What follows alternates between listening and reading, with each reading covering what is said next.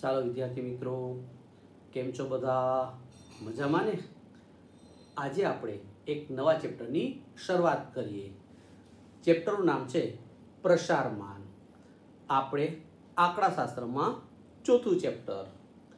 આ ચેપ્ટરમાં આપણે પ્રસારમાનમાં સૌપ્રથમ વિસ્તાર, તેના વિશે માહિતી આપણે મેળવીશું. વિસ્તાર કેને કહેવાય? વિસ્તાર એટલે શું તેની વ્યાખ્યા આપણે આ રીતે આપી શકીએ. વિસ્તાર એટલે સૌથી મોટામાં મોટું અવલોકન અને સૌથી નાનામાં નાનું અવલોકન. આ બંને વચ્ચેનો જે તફાવત છે તેને આપણે વિસ્તાર તરીકે ઓળખીએ છીએ. વિસ્તાર એટલે કે અંગ્રેજીમાં તેને રેન્જ કહીએ છીએ. પરિણામે આપણે સંકેતમાં તેને આર વડે દર્શાવીશું. તો આપણે વિસ્તારની વ્યાખ્યા છે જોયા બાદ ત્યારબાદ તેના સૂત્ર જોઈએ. વિસ્તાર એ નિરપેક્ષ માપ છે. નિરપેક્ષ એટલે કે જે માપ છે તેને એકમમાં દર્શાવવામાં આવે, જેમ કે ગુણમાં, મીટરમાં, સેન્ટીમીટરમાં. તો આવા માપ છે તેને નિરપેક્ષ માપ કહેવાય છે. જે માપ જેને આપણે એકમમાં દર્શાવવામાં આવતા નથી, આવા માપ છે તેને આપણે સાપેક્ષ માપ કહીએ છીએ. વિસ્તારાંક, તો વિસ્તારાંક છે એ સાપેક્ષ માપ છે. તેનું સૂત્ર છે, વિસ્તારનું સૂત્ર R બરાબર XH માઇનસ XL. XH એટલે કે સૌથી મોટું અવલોકન, XL એટલે સૌથી નાનું અવલોકન. વિસ્તારાંકનું સૂત્ર છે R ના છેદમાં XH વત્તા XL, અથવા તો તમે XH ઓછા XL છેદમાં XH વત્તા XL આ રીતે સૂત્ર લખી શકો. હવે આપણે આ વિસ્તારને લગતા દાખલાઓ છે, ખૂબ જ સરળ છે. ઉદાહરણ તમારે 1, 2, 3, 4 આ પ્રકારના દાખલા આપેલા છે.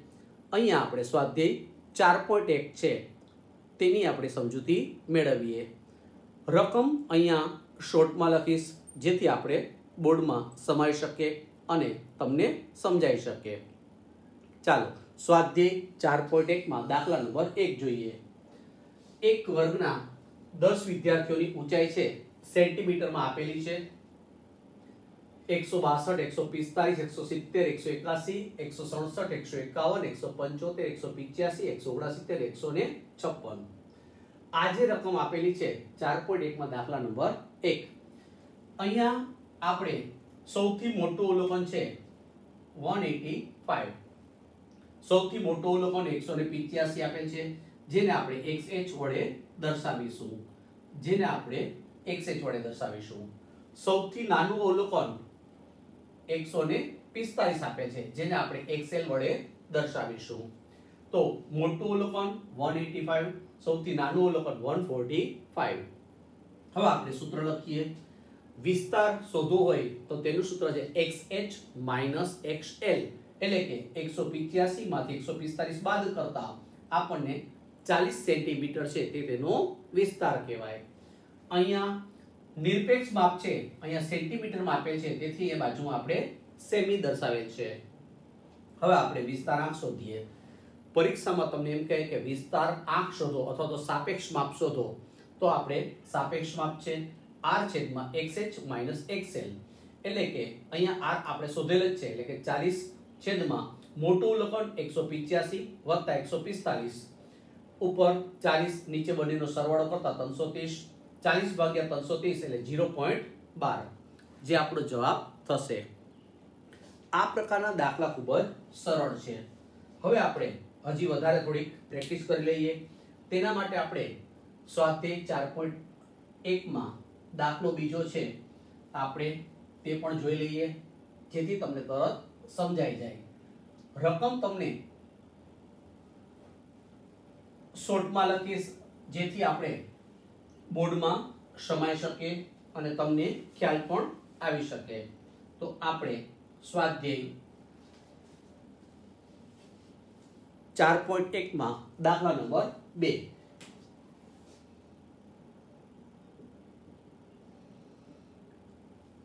દાખલા નંબર 2 માં અહીં તમને રકમ વાંચી દઉં છું. એક બસ કંપનીની 77 બસો આપેલી છે. બસમાં મુસાફરી કરતા જે મુસાફરો છે તેની સંખ્યા આપેલી છે. આપણે વિસ્તાર અને વિસ્તારનો આંક શોધવાનો છે. મુસાફરોની સંખ્યા આપેલી છે. અહીંયા આપણે આ મુસાફરોની સંખ્યા, મુસાફરની સંખ્યા 2 7 10 18, 2 7 10 18,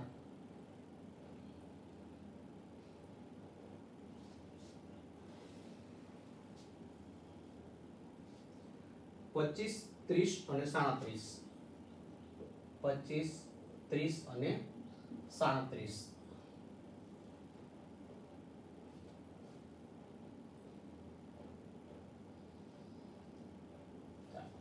હવે આપણે તેની નીચે રકમમાં આપણને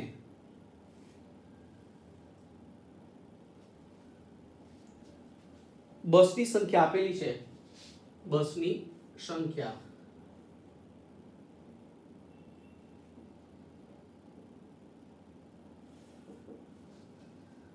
સંખ્યા તમને આપેલી છે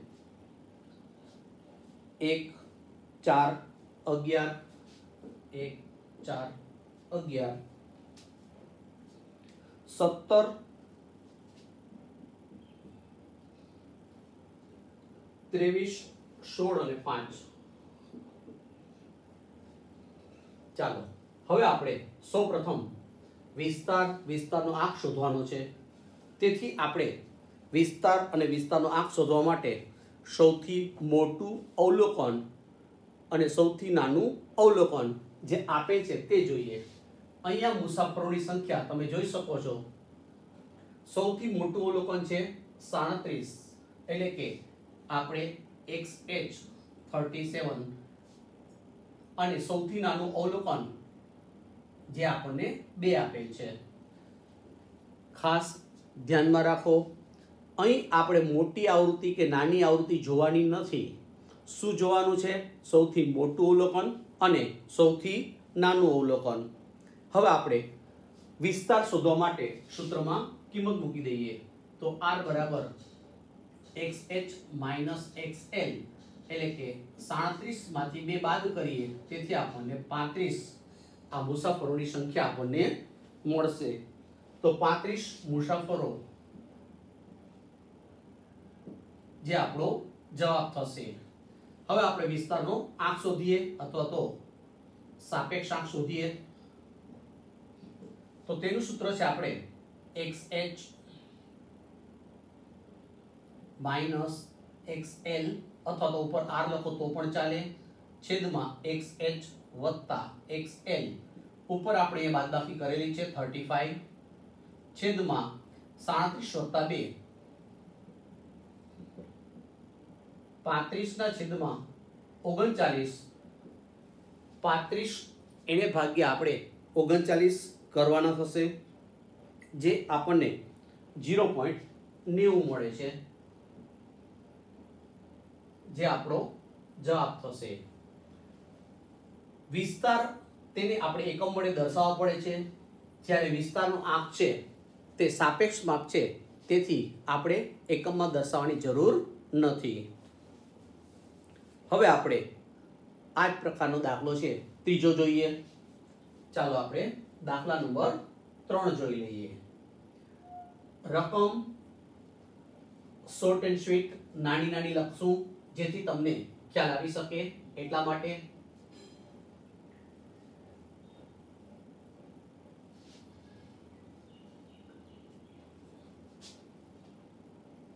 ચાર 4.2 માં દાખલા નંબર 3 જોઈએ. એક શાળાના વિદ્યાર્થીઓ નીચે આપેલ ગુણનું આવૃત્તિ વિતરણ આપેલું છે. આપણે વિસ્તાર અને વિસ્તારનો આંક બંને શોધવાના છે. ગુણ આપેલ છે આપણને. ગુણમાં આપણને 20 થી 30, 30 થી 40, 40 થી 50 50 થી 60 60 70 70 થી 80 વિદ્યાર્થીઓની સંખ્યા આપેલ છે આપણને 8 20 25 60 45 અને 10 હવે આપણે વિસ્તાર અને વિસ્તારનો આંક શોધવાનો છે અહીંયા આપણે મોટું અવલોકન અને નાનું અવલોકન જ ધ્યાનમાં રાખવાના છે તો અહીં આપણે જે આ વર્ગ આપેલ છે તેની શરૂઆત 20 થી થાય છે અને 80 થી પૂરો થાય છે અહીંયા આપણે જવાબમાં સૌથી મોટું અવલોકન એટલે કે 80 થશે એને આપણે xh વડે દર્શાવીશું અને સૌથી નાનું અવલોકન જે આપણને આપેલું છે તે 20 થશે હવે આપણે વિસ્તાર શોધી લઈએ તો r નું સૂત્ર છે આપણે xh xl એટલે કે 80 તેમાંથી આપણે 20 બાદ કરી તો આપણને 60 જવાબ છે તે મળી જશે તો 60 ગુણ આ આપણો જવાબ થશે હવે આપણે વિસ્તારાંક શોધવાનો છે તો વિસ્તારાંક શોધવા માટે આપણે એનો સાપેક્ષ માપ એટલે કે વિસ્તારાંક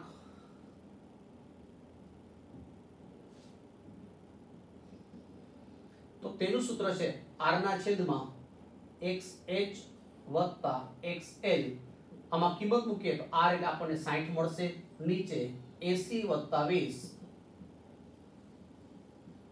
60 ભાગ્યા 100 એટલે કે 0.60 મળી જશે જે આપણો જવાબ થશે આમ આપણે જોઈ શકીએ છીએ વિસ્તાર શોધવા માટે મોટું અવલોકન અને નાનું અવલોકન તેનો જે તફાવત છે તેને આપણે વિસ્તાર કહીએ છીએ હજી આપણે એક વધારે દાખલાની પ્રેક્ટિસ કરી લઈએ સ્વાધ્યાય 4.2 માં દાખલા નંબર 4 હવે આપણે દાખલા નંબર 4 છે જે આપેલ છે તે ગણી લઈએ સાવ સરળ દાખલા છે તમે પણ બાળકો પ્રેક્ટિસ કરશો તો તમને પણ આ દાખલા આવડી જશે ખૂબ જ સહેલા દાખલા છે હવે આપણે 4.2 માં ચોથો દાખલો જોઈએ અહીં એક વિસ્તારમાં આવેલી 80 દુકાનો છે તેની માહિતી આપેલી છે દૈનિક વકરો આપણને આપેલ છે 5 થી 9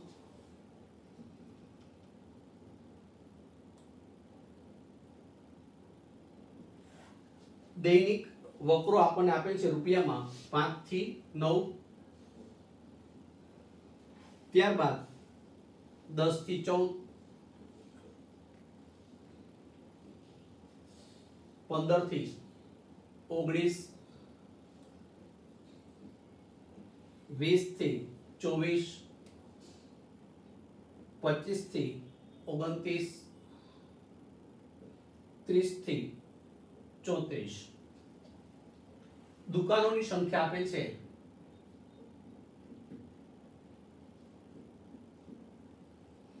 દુકાનોની સંખ્યા 11 20 17 13 12 અને 7 આપણે દૈનિક વકરાનું નિરપેક્ષ માપ અને સાપેક્ષ માપ શોધવાનું છે તો આપણને દૈનિક વકરો રૂપિયામાં આપેલ છે અહીંયા આપણે સૌથી નાનું અવલોકન અને સૌથી મોટું અવલોકન આની જરૂર છે મારે સૌથી મોટું અવલોકન છે 34 સૌથી નાનું અવલોકન આપેલ છે 5 અહીંયા આપણે 34 એમાંથી 5 બાદ કરી દઈએ તો આપણે આ નિરપેક્ષ માપ 34 માંથી 5 આપણે બાદ કરી તો આપણને 29 મળે છે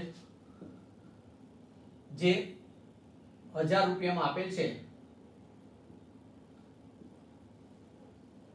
આપણો જવાબ થશે વિસ્તારાંક શોધવા માટે 29 ના છેદમાં 34 પ્લસ 5